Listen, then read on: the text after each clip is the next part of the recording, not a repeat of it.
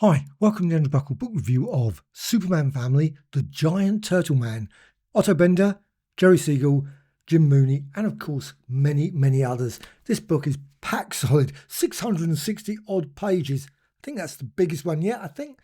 Really amazing. This one's got 1960 to 1961. I assume that they will be bringing out ones for earlier because, of course, lots of stories like the showcase ones, etc., just are not included in this. And obviously later on as well. And you can see there's a whole collection of stories, and it's really odd what they've collected. There was a series of showcase ones, black and white ones that came out earlier. These ones are colour. You can see here, flicking through, all the way through.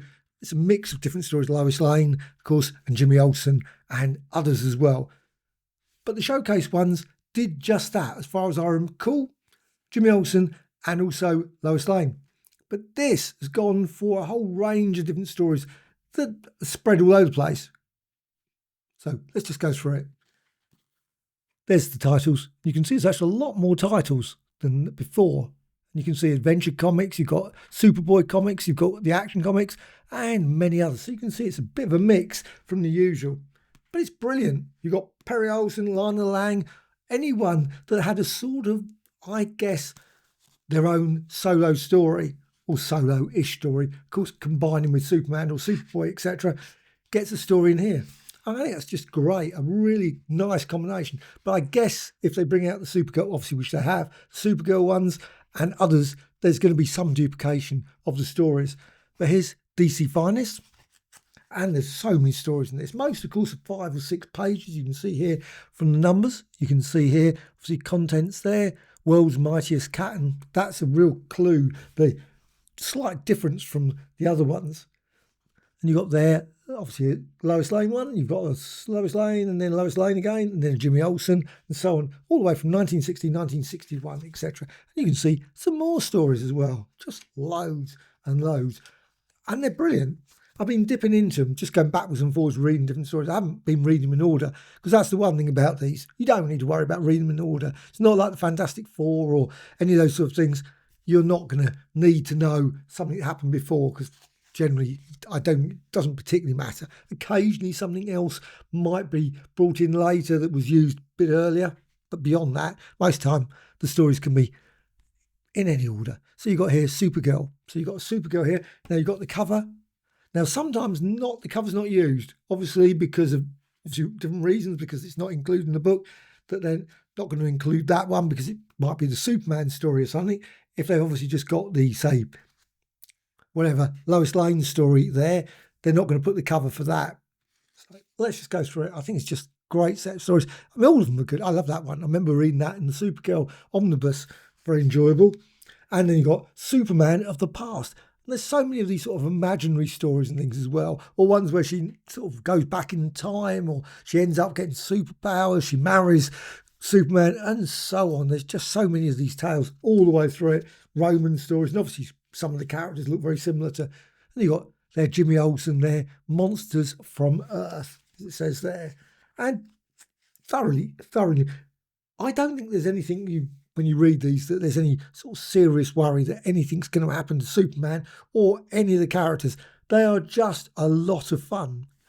I think this is a weird format, and something really I've never really noticed. Maybe it's in most of the DC ones of this period, but it's just the fact they include obviously quite a bit of a sort of show you what's going to happen in the story at the front. They don't particularly do that in Marvel.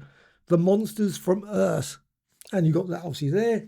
Obviously some pretty seriously looking monsters there, which of course Jimmy will be involved with. And you've got Clark in different and there's also often they have characters that look like Clark and they're not Clark, and of course Lois falls in love with them or something happens and they find out. There's of course all the robots, Superman robots, and there's so many different stories. In fact, there's no way I could describe all the stories in this because they just go all over the place, but they're brilliant. Of course, if you don't like Silver Age stuff, then you probably are not going to enjoy these. I think you'll probably look at and think, these are just awful, especially compared with the stuff nowadays, where it's all dark and that sort of thing. There's all so it's just, this was like a lot of fun. Things like Tiny Superman. I mean, just absolutely ridiculous stories. Often, like, he's got a signal watch. Of course, the villains often take the signal watch. He can't get Superman, and then of course Superman has already laid a perfect trap. So they of course get, the villains are found out in the end anyway. But of course Superman knows everything. And quite often you've got this one here where she gets sort of demonstrating various things, and of course she gets a sleeping pill. Then conveniently, of course, obviously the crooks get her, and there's lots of different bits of storyline there, and there's crypto stories as well, and Streaky, of course, and a bit of Robin Hood there as well, and many and Help, many times where you got kryptonite involved. Lots of kryptonite stories. Not many. I don't think there's any Lex Luthor in here. That's one thing that was quite noticeable. Some really good artwork. Really, I love the artwork at this time. I think it was very, very sharp. That's the best way to describe it. There was not any sort of problem, I think, with clarity. You could follow the stories really, really easily. It's one of these ones you can just read it very quickly. Nowadays, I sometimes find the panel structures, yes, maybe that's just me, but they're sometimes all a bit over the place. Sometimes I think, well, hang on, what's actually happening at this point? This, you definitely would not get confused about in any shape or form with stories. Like Lana Lang, she's in there as well. And of course, I love this one as well. Of course, there's a twist there, the girl with the green hair. I'm slightly, but he would have recognised the person, of course, and would have guessed anyway. But it's just great. And also, there's always lots of ones where everyone's trying to find the identity of Clark Kent. How many times has she tried that? There's a robot involved. There's this involved, whatever. Even things where has to go to the dentist. A very contrived story. Goes to the dentist to have a tooth out, and he has to, obviously, it isn't obviously really taken out. And a vaccine and things. There's just so many stories. I love this one. Crypto's First Romance. Again, what a great little story. And this is from Superboy. I assume, because Superboy's coming out fairly soon, that these stories will also be included in the Superboy one, I guess, unless they're not. Maybe they're not considered Superboy ones. They're Crypto ones. So it's possible.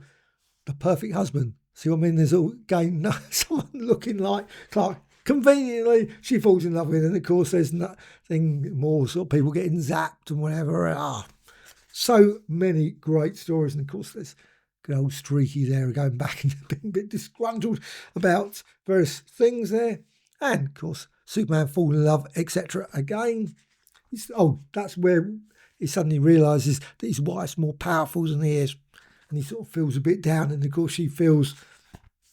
And then you've got other stories where he becomes an elongated man or elastic lad. They did that a lot as well. Virtually the entire legion of superheroes. He has growth serums. He shrinks. You think you'd learn a lesson on that one, but he just has all these powers all the time. But it's great because it's just he's always. There wouldn't be any stories, would there, if they didn't do all these weird and wonderful stories. And there he is going obviously through some fire in its place there, and then you got Lois Lane, and then Super Brain.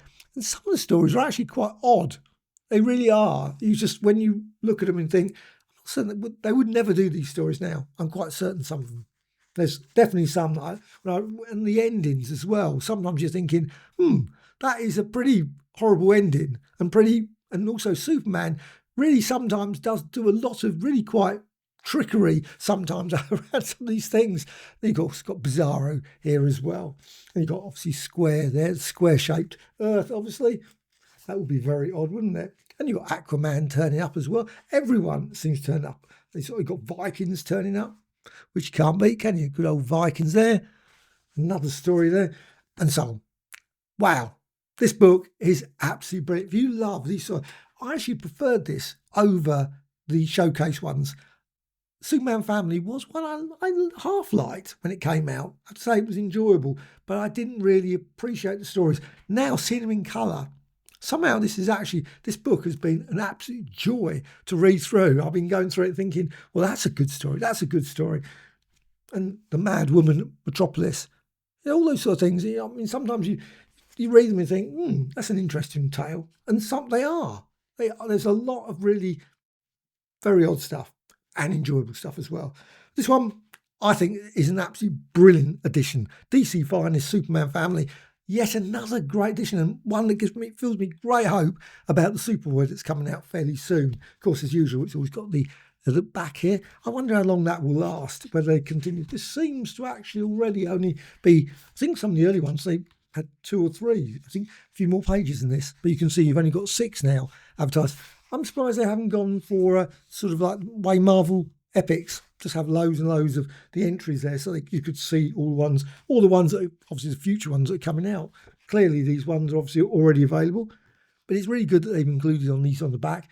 Personally, one criticism I would have of this is that they don't put all the thumbnails. I would love to see them all very small of all the stories. Every single cover of all the things should be on the back in small, personally. You may differ, please put in the comments below if you think that's wrong. But personally for me, I think it would be nice to see, like, if it's 60 covers, just to see them all in little thumbnails would be nicer than just having obviously the 8 here, which they've gone for as the format. But other than that, this is just still following the same format. I was wondering when I was doing this beforehand, I was thinking, if I'm going to be collecting these probably, hopefully, for the next 20 or 30 years, cross fingers, I will cross my fingers on that one for myself, and also the fact that the actual DC finalists continue for that long. But I wonder if they will change the formats. It's going to be annoying if they do change it. The format is just really nice, but they're obviously at some point going to change. They're always changing now, aren't they? So that's got to change, and they will probably tweak it slightly. And it's always when you get that lovely consistent design, and it's really, really good design, I think. I hope they continue with that for a long, long time. And I love the way they've done it with the years, because it does mean that hopefully we will get the pre-volumes at some point, that we will get obviously, whether they will do stories all the way from the Golden Age, because of course Jimmy Olsen must have had some solo stories back in the Golden Age. I wonder if they'll include those. Would be really weird to see those ones. I've never seen those stories, so it's possible. Lois Lane as well, I guess.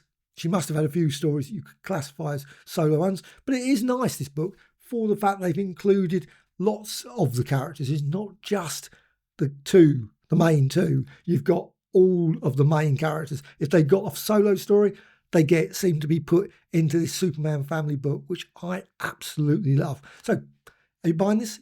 You got any plans to get this? Going to pick it out? This one, it cost me, it was about 25 quid, 26 quid or something like that. On the back, it's still the same price, $39.99. I hope that stays for a long time. That would be right. You see the ISBN number there. Obviously, please subscribe to the channel. Always adding new videos all the time. And also a like or dislike is always appreciated. Bye.